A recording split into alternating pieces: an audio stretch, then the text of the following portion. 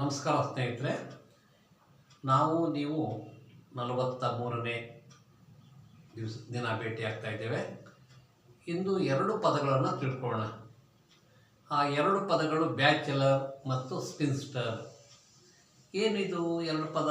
Dictionary ನೋಡಿದ್ರೆ ಗೊತ್ತಾಗುತ್ತೆ ಅಂದ್ಕೊಳ್ತೀನಿ. ನನಗೆ ಜ್ಞಾಪಕ ಇದ್ದ ಹಾಗೆ 80 ಅಥವಾ 90ರ ದಶಕದಲ್ಲಿ ಒಂದು ಕನ್ನಡ ಸಿನಿಮಾ ಬಂದಿರುತ್ತೆ. ಆ ಸಿನಿಮಾದಲ್ಲಿ ಅದು ಒಂದು ಹೆಣ್ಮಕ್ಳ ಕಾಲೇಜ್, ಅದು ವುಮೆನ್ಸ್ ಕಾಲೇಜಲ್ಲಿ ಒಂದು ಪ್ರವಾಸ ಹೋಗಿರ್ತಾರೆ, ಟೂರ್ ಹೋಗಿರ್ತಾರೆ. ಟೂರ್ ಹೋದಾಗ ಅದು ಹೊರಗಟ್ಲೆ ಇರಬೇಕು ಆ ಸಿನಿಮಾದ ಬಗ್ಗೆ. ಅಲ್ಲಿ ಎಲ್ಲರೂ ಆಲ್ಮೋಸ್ಟ್ ಎಲ್ಲರೂ ಅಧ್ಯಾಪಕಿಯರಿರ್ತಾರೆ, ಪ್ರೊಫೆಸರ್ಸ್, ಲೇಡೀಸೇ ಇರ್ತಾರಲ್ಲಿ. ಜೆಂಟ್ಸ್ ಎಲ್ಲ, ವುಮೆನ್ಸ್ ಕಾಲೇಜ್ ಅದು, ಬಹುಶಃ ಟೀಚರ್ಸು ಎಲ್ಲ ಲೇಡೀಸೇ.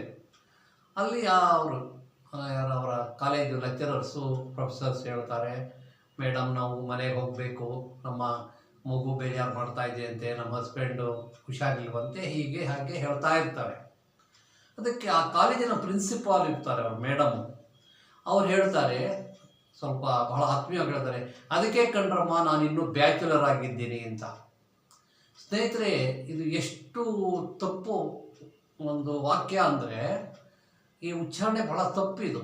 ಬ್ಯಾಚುಲರನ್ನು ನಾವು ಸ್ತ್ರೀಲಿಂಗಕ್ಕೆ ಅಂದರೆ ಮಹಿಳೆಯರಿಗೆ ಬಳಸುವ ಹಾಗಿಲ್ಲ. ಮಹಿಳೆಯರಿಗಾಗೆ ಬೇರೆ, ನಾವು ಕನ್ನಡ ಹೇಳ್ತೇವೆ ಅವಿವಾಹಿತೆ, ಅವಿವಾಹಿತ ಅಂತ ಹೇಳಿಬಿಡ್ತೇವೆ. ಮತ್ತು ಬ್ಯಾಚುಲರ್ನ ಪದ ನಾವು ಬಳಸ್ತೇವೆ ಕನ್ನಡದಲ್ಲಿ. ಸಾಮಾನ್ಯವಾಗಿ ನಾವೆಲ್ಲ ಕನ್ನಡ ಬಿಟ್ಟಿದ್ದೇವೆ. ಎಲ್ಲರೂ ಅವನು ಬ್ಯಾಚುಲರು, ಅವಳು ಬ್ಯಾಚುಲರು ಅಂತ ಕೇಳಿದ್ದೇವೆ ನಾವು. ಅದನ್ನು ಹೇಳೋದಕ್ಕೆ ಈಗ ನಾವು ಚಲನಚಿತ್ರ ಏನಾಗಿದೆ ಅದನ್ನು ನೋಡಿದವರು ಎಲ್ಲರೂ ಫಾಲೋ ಮಾಡ್ತಾರೆ. ಈ ಸ್ಕೂಲು ಕಾಲೇಜುಗಳಲ್ಲಿ ಮಕ್ಕಳು ಅವರು ಟೀಚರ್ಸ್ ಹೇಳ್ಕೊಟ್ಟಿದ್ರೆ ಇದಾಗ್ತದೆ. ಬಹುಬೇಗ ಈ ತಪ್ಪು ಸಂದೇಶ ಒಬ್ಬರಿಂದ ಒಬ್ಬರಿಗೆ ಹೋಗ್ತದೆ. ನಾನು ತರಗತಿಯಲ್ಲಿ ಮಕ್ಕಳಿಗೆ ಕೇಳುವಾಗ ಬರೀರಿ ಇದಕ್ಕೆ ಅಂತ ಹೇಳಿದಾಗ ಭಾಳಷ್ಟು ಮಕ್ಕಳು ಬ್ಯಾಚುಲರ್ ಬರೆದಿದ್ದಾರೆ. ಅದು ತಪ್ಪು. ಬ್ಯಾಚುಲರ್ ಅನ್ನುವುದು ಪುರುಷನಕ್ಕೆ ಸಂಬಂಧಪಟ್ಟಿದ್ದು, ಪುರುಷನಿಗೆ ಹೇಳಬೇಕು, ಮೇಲ್ಗೆ ಹೇಳಬೇಕು, ಫೀಮೇಲ್ಗೆ ಹೇಳೋಗಿಲ್ಲ. ಎರಡು ವಾಕ್ಯಗಳನ್ನು ಬರೆದಿದ್ದೇನೆ, ಅದನ್ನು ಗಮನಿಸೋಣ. ಇಲ್ಲಿ ಎಷ್ಟೇ ಬ್ಯಾಚುಲರ್ ಯಾರು, ಸ್ಪಿನ್ಸ್ಟರ್ ಯಾರು ನೋಡಿ ಸ್ನೇಹಿತರೆ. She is a bachelor. ಯಾರು ಹೇಳ್ತಾರೆ ಅವರು ಮಕ್ಕಳು ಎಷ್ಟು ಚೆನ್ನಾಗಿದ್ದಾರೆ ಅಂತ? ಇಲ್ಲ, ಅವ್ರು ಬ್ಯಾಚುಲರ್ ಅಂತ ನಾನು ಬಹಳಷ್ಟು ಜನ ಕೇಳಿದ್ದೇನೆ. ನಾನು ಸಾಮಾನ್ಯವಾಗಿ ತಿದ್ದುವುದನ್ನು ಬಿಟ್ಟಿದ್ದೇನೆ, ನಿಮಗೆ ಹೇಳಿದ್ದೇನೆ. ನಾವು ತಿದ್ದುಪಡಿಗೆ ಒಳಗಾಗೋದಕ್ಕೆ ಬಹಳಷ್ಟು ಜನಕ್ಕೆ ಇಷ್ಟ ಇರೋದಿಲ್ಲ. ಅದಕ್ಕೆ ಯುಗೋಯಿಸಮ್ ಅಂತ ಹೇಳ್ತಾರೆ, ಅದಕ್ಕೆ ಇರಲಿ. ಇಲ್ಲಿ ನೋಡಿ, ಶಿ ಈಸ್ ಎ ಬ್ಯಾಚುಲರ್, ಆಕೆ ಅವಿವಾಹಿತೆ. ತಪ್ಪು ಸ್ನೇಹಿತರೆ. She is a ಸ್ಪಿನ್ಸ್ಟರ್, SPINSTR. ಸ್ಪಿನ್ಸ್ಟರ್ ಅಂತ ಅಂದರೆ ಅವಳ ಜೀವಿತ ಕಾಲದಲ್ಲಿ ಮದುವೆಯಾಗದೇ ಇರುವವಳು. ಬಹಳ ಡಿಕ್ಷನರಿ ಚೆನ್ನಾಗಿ ಹೇಳ್ತಾರೆ. She has never been married ಅಂತ. A woman has never been married ಅಂತ ಹೇಳ್ತಾರೆ. ಅವಳು ಇದುವರೆಗೆ ಮದುವೆ ಆಗಿಲ್ಲ. ಯಾವುದಲ್ಲೂ ಅಂದರೆ ಅವಿವಾಹಿತೆಯಾಗಿ ಇರುವ ಮಹಿಳೆಗೆ ನಾವು ಸ್ಪಿನ್ಸ್ಟರ್ ಅಂತ ಹೇಳಬೇಕು, ಬ್ಯಾಚುಲರ್ ಅಂತ ಹೇಳಬಾರ್ದು. ಈಗ ಬಹಳಷ್ಟು ಜನ ಈ ರೀತಿ ಹೇಳುವಾಗ ಕೆಲವರು ಕೇಳ್ಕೊಂಡು ಏನು ಮಾಡ್ತಾರೆ, ಪುರುಷರಿಗೆ ಹಾಕ್ಬಿಡ್ತಾರೆ ಇದನ್ನು. ಹೀ ಈಸ್ ಎ ಸ್ಪಿನ್ಸ್ಟರ್ ಅಂದ್ಬಿಡ್ತಾರೆ. ನೋಡಿ, ಅದು ತಪ್ಪು. He is a bachelor, she is a spinster. ನೋಡಿ, she is a bachelor incorrect, ತಪ್ಪು, ಹೇಳಬಾರ್ದು. ಶಿ ಈಸ್ ಎ ಸ್ಪಿನ್ಸ್ಟರ್ ನೋಡಿ ಹೇಳಬೇಕಿದ್ದನ್ನು. ಹೀ ಈಸ್ ಎ ಸ್ಪಿನ್ಸ್ಟರ್ ತಪ್ಪು. ಅವನಿಗೆ, ಪುರುಷನಿಗೆ ಸ್ಪಿನ್ಸ್ಟರ್ ಅನ್ನೋ ಹಾಗಿಲ್ಲ. ಪುರುಷನಿಗೆ ಏನಬೇಕು, ಹೀ ಈಸ್ ಎ ಬ್ಯಾಚುಲರ್ ಅಂತ ಹೇಳಬೇಕು. ನಮ್ಮ ಕನ್ನಡದಲ್ಲಿ ಹಾಗಲ್ಲ. ಕನ್ನಡದಲ್ಲೇನು, ಇಂಡಿಯನ್ ಎಲ್ಲ ಲ್ಯಾಂಗ್ವೇಜಸ್ಸು ಸಾಮಾನ್ಯವಾಗಿ ಮುಂದೆ ಇರುತ್ತದು. ಅವಿವಾಹಿತೆ, ಅವಿವಾಹಿತ ಅಂತ ಹೇಳ್ತಾರೆ. ಬಹುಶಃ ಇದನ್ನು ನೀವು ಗಮನಿಸಿ. ಈ ಥರ ತಪ್ಪು ಉಚ್ಚಾರಣೆಗಳು ಇಂಗ್ಲೀಷಲ್ಲಿ ಬಹಳಷ್ಟು ಇದೆ. ನೋಡಿ, ನಾನು ಯಾಕೆ ಇದನ್ನು ಬರದೆ ಅಂದರೆ, ಸಾಮಾನ್ಯ ಇದನ್ನು ಹೇಳೋದು ಕಡಿಮೆ.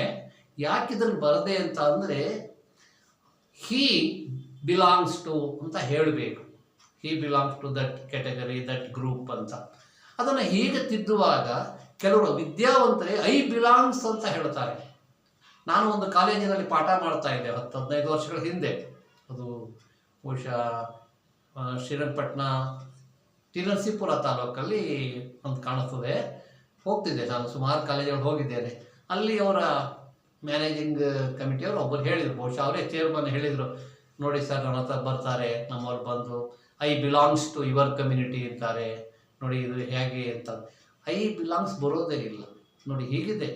ನಾನು ಫಸ್ಟ್ ಪರ್ಸನ್ಗೆ ಸೆಕೆಂಡ್ ಪರ್ಸನ್ಗೆ ಕ್ರಿಯಾಪದಗಳು ಸಿಂಪಲ್ ಪ್ರೆಸೆಂಟ್ ಟೆನ್ಸಲ್ಲಿ ಬದಲಾವಣೆ ಆಗೋದಿಲ್ಲ, ಜ್ಞಾಪಕ ಇಟ್ಕೋಬೇಕು.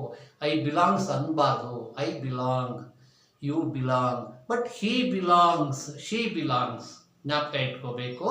ಇದು ತಮ್ಮ ಗಮನಕ್ಕೆ ಬರಲಿ ಅಂತ ಇದನ್ನು ಹೇಳಿದ್ದೇನೆ. ಬಹುಶಃ ಇದು ಹೆಚ್ಚು ಇದನ್ನು ಅನುಕೂಲ ಆಗ್ತದೆ ಅಂತ ಭಾವಿಸ್ತೇನೆ. ಮುಂದಿನ ತರಗತಿಯಲ್ಲಿ ತಿಳ್ಕೊಳ್ಳೋಣ. ಇದು 2 ನಿಮಿಷಕ್ಕೆ ಹೇಳ್ಬೋದಾಗಿತ್ತು, ಆದರೆ ಈ ಉದಾಹರಣೆ ಇದ್ದರೆ ಅನುಕೂಲ, ವಿದ್ಯಾರ್ಥಿಗಳಿದ್ರೆ ಅವ್ರಿಗೆ ಪರೀಕ್ಷೆಯಲ್ಲಿ ಬರೆಯೋದಕ್ಕೆ ಅನುಕೂಲ ಆಯಿತು. ಸ್ನೇಹಿತರೆ, ಮುಂದಿನ ತರಗತಿಗಳಲ್ಲಿ ಇನ್ನೊಂದೆರಡು ವಾಕ್ಯಗಳನ್ನು ತೆಗೆದುಕೊಳ್ಳೋಣ. ನಮಸ್ಕಾರ.